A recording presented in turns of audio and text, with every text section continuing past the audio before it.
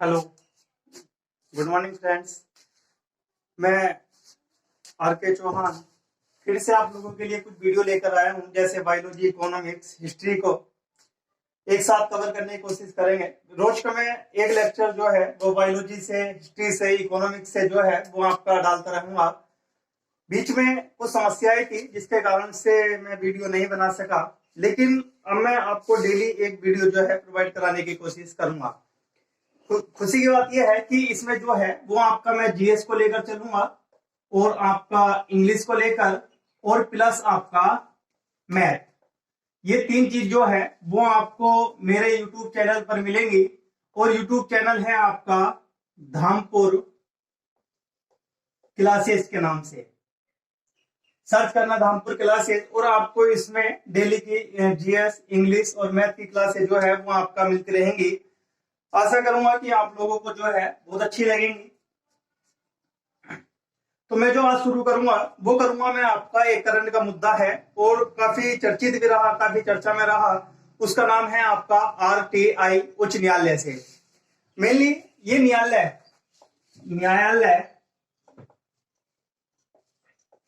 And RTI, ये न्यायालय RTI है क्या? मेनली इसमें बहुत चर्चा में रहा 2019 से। और 2019 में जो है वो आपका सर्वोच्च न्यायालय का फैसला भी आया कि हाँ, ऐसे आरटीआई जो है वो आपका सार्वजनिक प्राधिकरण में जो है वो आपका सहयोग करेगी। मेनली है क्या? अगर मैं आरटीआई की बात करूं कि आरटीआई क्या है, तो सबसे पहले मैं लेता हूं आपका आरटीआई यानी इंफॉर्मेशन राइट टू इंफॉर्मेशन। जो सरकार सूचना का अधिकार है और सूचना के अधिकार में जो है वो आपका क्या आरटीआई के तहत रखा गया है वो आपका इस वीडियो के माध्यम से आप समझोगे। मेनली ये जो आरटीआई एक्ट है, राइट टू इंफॉर्मेशन एक्ट जो है वो आपका 2005 में लाया गया। यानी 2005 में आरटीआई एक्ट को लाया गया और इसे ही जो है वो आपका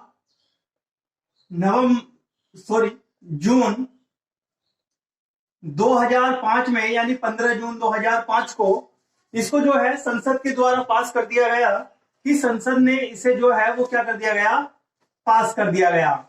संसद के द्वारा आरटीआई एक्ट को 2005 में पास कर दिया गया। उसके बाद अक्टूबर 2005 में इसे जो है वो आपका जारी कर दिया गया। मेनली ये आरटीआई एक्ट है क्या, क्यों लाया गया था, क्या रीजन था इसके लाए जाने का? तो इसको जो है वो आपका एक तरह से मानवता के उत्तरदायित्व, या मैं कह दूंगा मानवता के उत्तरदायित्व को बढ़ाने के लिए आरटीआई एक्ट को लाया गया था। मेनली ये जो आरटीआई है ये एक जनता का अधिकार है, जनता की पावर या जनता का अधिकार। मेनली जनता को यह अधिकार होता है कि हमें जो है वो आपका जितने भी सार्वजनिक निकाय हैं उन सभी से कुछ ना कुछ हमें कोई जानकारी चाहिए, तो हमें जो है वो आपका आरटीआई के तहत मिलनी चाहिए। तो ये जनता की पावर होती है, मौलिक अधिकार होता है। मेनली अगर मैं कह दूं कि आरटीआई को संविधान में किस रूप में रखा गया, जैसे मैं कह दूंगा कि क्या ये एक मौलिक अधिकार है या क्या ये आपका एक तरह से संविधान में कोई संवैधानिक उल्लेख है, या मैं कह दूं कि संविधान में जो है इसका वर्णन कहीं ना कहीं किया गया है, या संविधान के तौर पर जो है आरटीआई एक्ट को जो है रखा गया है। मैं बता दूं कि संविधान के अकॉर्डिंग आरटीआई जो है वो आपका एक मौलिक अधिकार है। मौलिक अधिकार इसलिए है क्योंकि आर्टिकल 19 का ए जो बात करता है वो करता है आपका वाक एवं अभिव्यक्ति की स्वतंत्रता की। वाक एवं अभिव्यक्ति का मतलब है कि जनता को अधिकार है कि कुछ भी बोलने का, कुछ भी कहने का। तो ये जो आपका एक्ट है, ये एक्ट लाया गया था आपका 2005 में और ये लाया गया था आपका एक तरह से मौलिक अधिकारों के लिए, यानी वाक एवं अभिव्यक्ति की स्वतंत्रता के लिए। अगर मैं बात करूं कि मौलिक अधिकार ये किस किस फंडामेंटल राइट्स के अंतर्गत रखे गए हैं, तो इसके अंदर जो है वो जितने भी आपके निकाय हैं, जितने भी आपके सार्वजनिक सार्वजनिक प्राधिकरण है। अब ये सार्वजनिक प्राधिकरण क्या है? सार्वजनिक प्राधिकरण का मतलब है जैसे संसद, जैसे लोकसभा, जैसे राष्ट्रपति, उपराष्ट्रपति, निर्वाचन आयोग,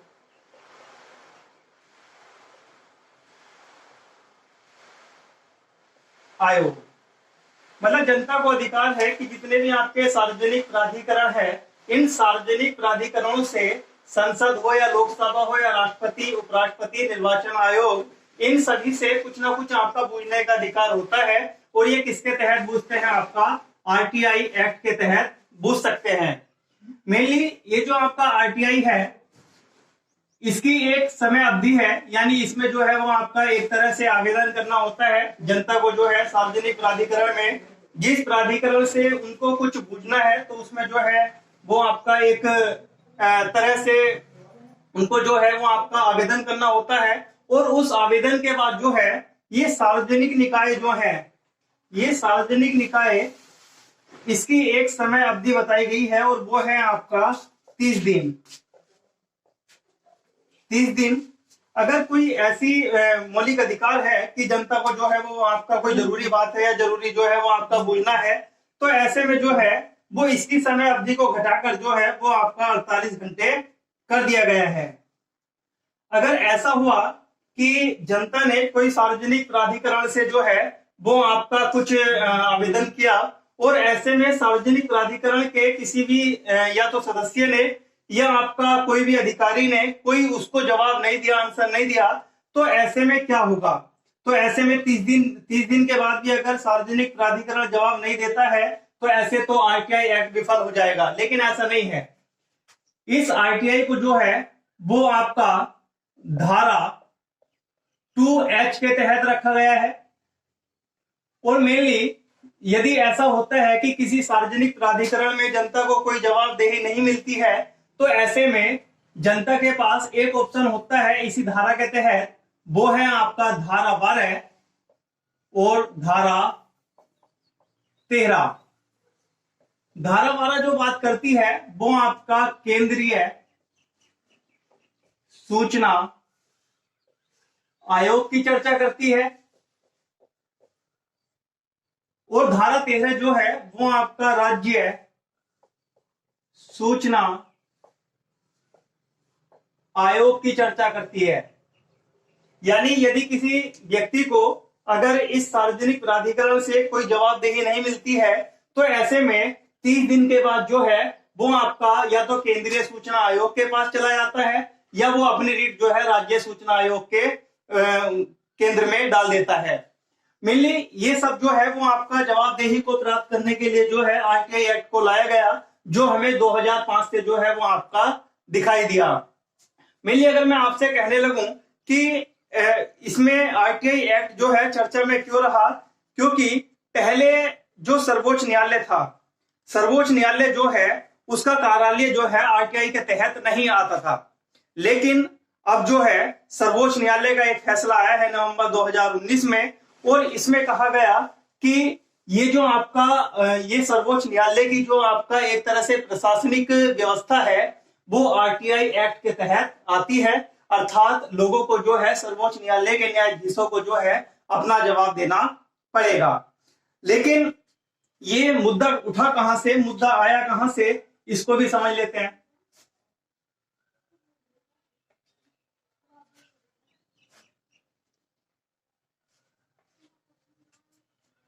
देखिए ये मुद्दा जो है वो थोड़ा सा हम समझते हैं आपका न्याय पालिका के बारे में। न्यायपालिका क्या है? मेनली सर्वोच्च न्यायालय का जो है वो आपका गठन, यानी न्यायपालिका का मैं कह दूंगा सर्वोच्च न्यायालय, सर्वोच्च न्यायालय का जो गठन 1935 यानी भारत के 1935 शासन अधिनियम के तहत किया गया था या किया जाना था। और ऐसा 1935 के अधिनियम में कहा गया कि भारत में भी जो है एक सर्वोच्च न्यायालय होना चाहिए, और ऐसा हुआ भी। यानी 1937 में जो है वो आपका एक संघीय न्यायालय की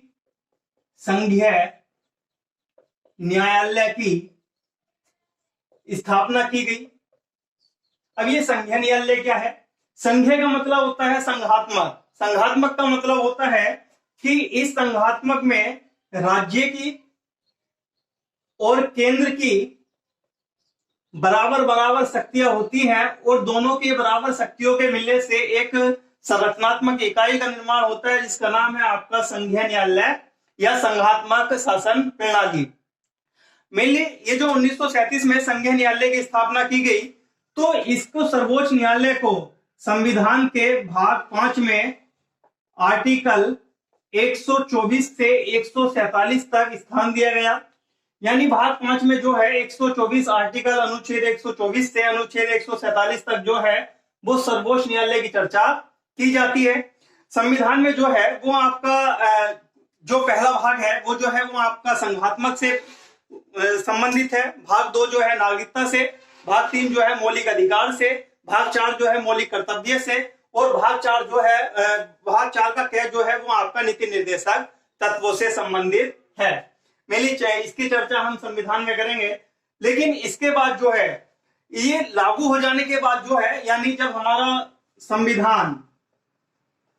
संविधान जब लागू हुआ था, यानी 28 नवंबर 1950, 28 नवंबर 1950 में जब संविधान हमारा जो है लागू हुआ, तो इसे 28 नवंबर 1950 से जो है इस संघीय प्रणाली को ही सर्वोच्च न्यायालय के नाम से जाना जाने लगा है।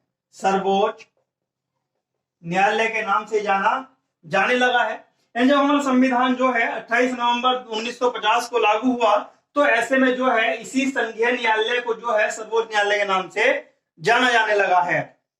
मेनली इसे जो है जब इसके रूप में बदल दिया गया,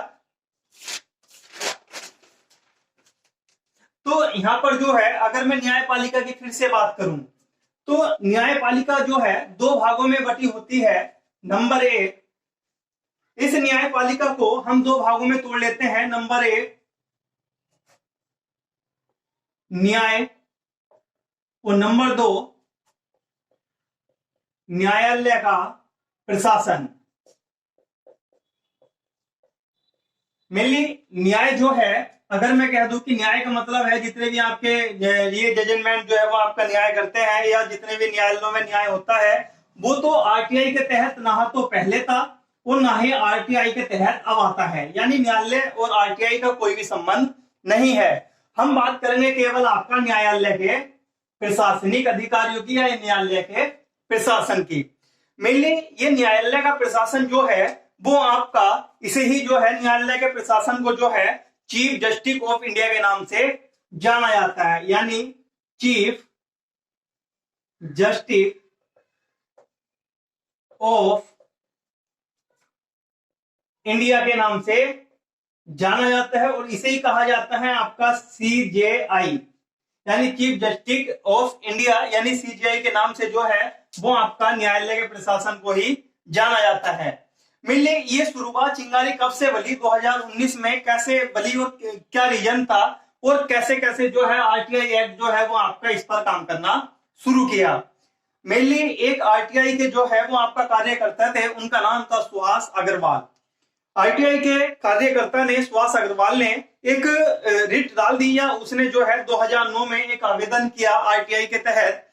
उन्होंने आवेदन में कहा कि 1997 के तहत या 1997 का जो एक्ट था उसके तहत सर्वोच्च न्यायालय के सभी न्यायाधीशों की जो संपत्ति है, क्या उन्होंने अपनी संपत्ति की घोषणा की है। ऐसे में जो है वो आपका ये बात जो है वो आपका आरटीआई के तहत जो है वो आपका इस कार्यालय में गई। तो ऐसे में इस कार्यालय के प्रशासन के अधिकारियों ने कहा कि ये हमारी गोपनीयता है, इसमें जो है हम कोई भी बात किसी को नहीं बता सकते हैं, अर्थात सीजीआई का कार्यालय जो है आरटीआई के तहत नहीं आता है, जिसके कारण से हम यह सूचना देने के पाबंद नहीं है। लेकिन आगे चलकर जो है सुहास अग्रवाल ने जो है वो जब 30 दिन के बाद इन्होंने कोई भी आपका सीजीआई या आपका चीफ जस्टिस ऑफ इंडिया का कार्यालय ने जो है सुहास अग्रवाल को कोई भी जवाब नहीं दिया, तो ऐसे में कहा जाता है कि उसके बाद ये सुहास अग्रवाल ने दूसरी रिट जो डाल दी, दूसरी रिट जो डाली वो डाल दी आपका केंद्रीय सूचना आयोग के पास। यानी केंद्रीय सूचना आयोग के पास जब रिट डाली तो न्यायालय से फैसला आया कि आरटीआई के तहत जो है सीजीआई का कार्यालय भी आता है, सार्वजनिक प्राधिकरण में आता है, अर्थात आरटीआई को जो है यानी जो आपका चीफ जस्टिस का कार्यालय है उसको जो है जवाबदेही देनी पड़ेगी। तो ऐसा जो है वो आपका उसके बाद केंद्रीय सूचना आयोग के कहने पर भी जो है वो आपका न्यायालय के प्रशासन ने कोई भी सुनवाई नहीं करी, कोई भी आपका आंसर नहीं दिया, जिसके कारण से सीजीआई के कार्यालय में जो है वो आपका दूसरी जो सीजेआई का कार्यालय, अब इसमें दो होते हैं, एक तो आपका प्रशासन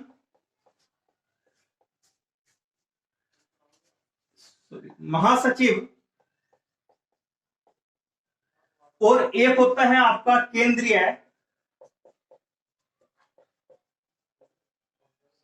सूचना आयोग के अधिकारी। तो उन्होंने कहा कि जितने भी आपके सार्वजनिक प्राधिकरण हैं वो भी सीजीआई का कार्यालय भी उन्हीं प्राधिकरण में आता है, अर्थात इनको जवाबदेही देनी पड़ेगी।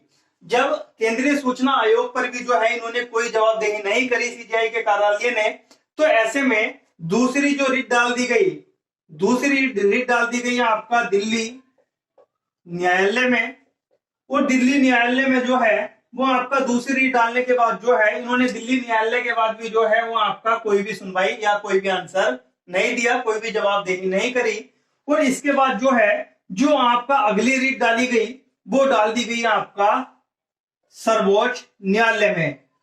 अब जो है वो आपका जब सर्वोच्च न्यायालय में जो है रिट डाल दी गई तो ऐसे में जो है सर्वोच्च न्यायालय से एक फैसला आता है कि सीजीआई का कार्यालय आरटीआई के तहत आता है, अर्थात आरटीआई के कार्यालय या सीजीआई के कार्यालय को आरटीआई के तहत जनता को आंसर या जवाबदेही देनी पड़ेगी। और ऐसे में जो है सर्वोच्च न्यायालय का जो है ये फैसला आया आपका नवंबर 2019 में, जिसके कारण से ये आपका काफी चर्चा में रहा। और आरटीआई एक्ट जो है ये काफी ज्यादा जो है वो आपका लोगों के लिए लाभदायक भी बना। और कहा जाता है कि यहीं से सर्वोच्च न्यायालय ने कहा कि जितनी भी जनता कोई भी आपका इन सभी सार्वजनिक प्राधिकरणों से कोई जवाबदेही करती है तो ये सीजीआई के तहत या आरटीआई के तहत जो है सभी सार्वजनिक प्राधिकरण जो है वो आपका जवाबदेही करने के लिए उत्तरदायी होंगे। तो ये था आपका न्यायपालिका और आपका आरटीआई से संबंधित, और इसको जो है मैंने आपको जोड़कर पढ़ा दिया कि हाँ क्या क्या जो है वो आपका इसमें रखा गया और कैसे कैसे इस आरटीआई तहत को लाया गया। मेनली ये जो आपका मुद्दा था ये करंट का मुद्दा था और मैंने जो है वो आपका पॉलिटी से इसको जोड़कर पढ़ाया। अगर इससे कुछ भी क्वेश्चन आता है तो आप यहाँ से जो है वो आपका आसानी से कर लोगे, बाकी इसकी पूरी चर्चा मैं आपका पॉलिटी में करूंगा। मेनली मैं बता दूं कि मैं जो हूं आप डेली की एक दो वीडियो जो है वो आपका डेली के अपलोड करता रहूंगा, और आप लोग जुड़िए, बस इस चैनल को सब्सक्राइब और आपका लाइक करना ना भूले।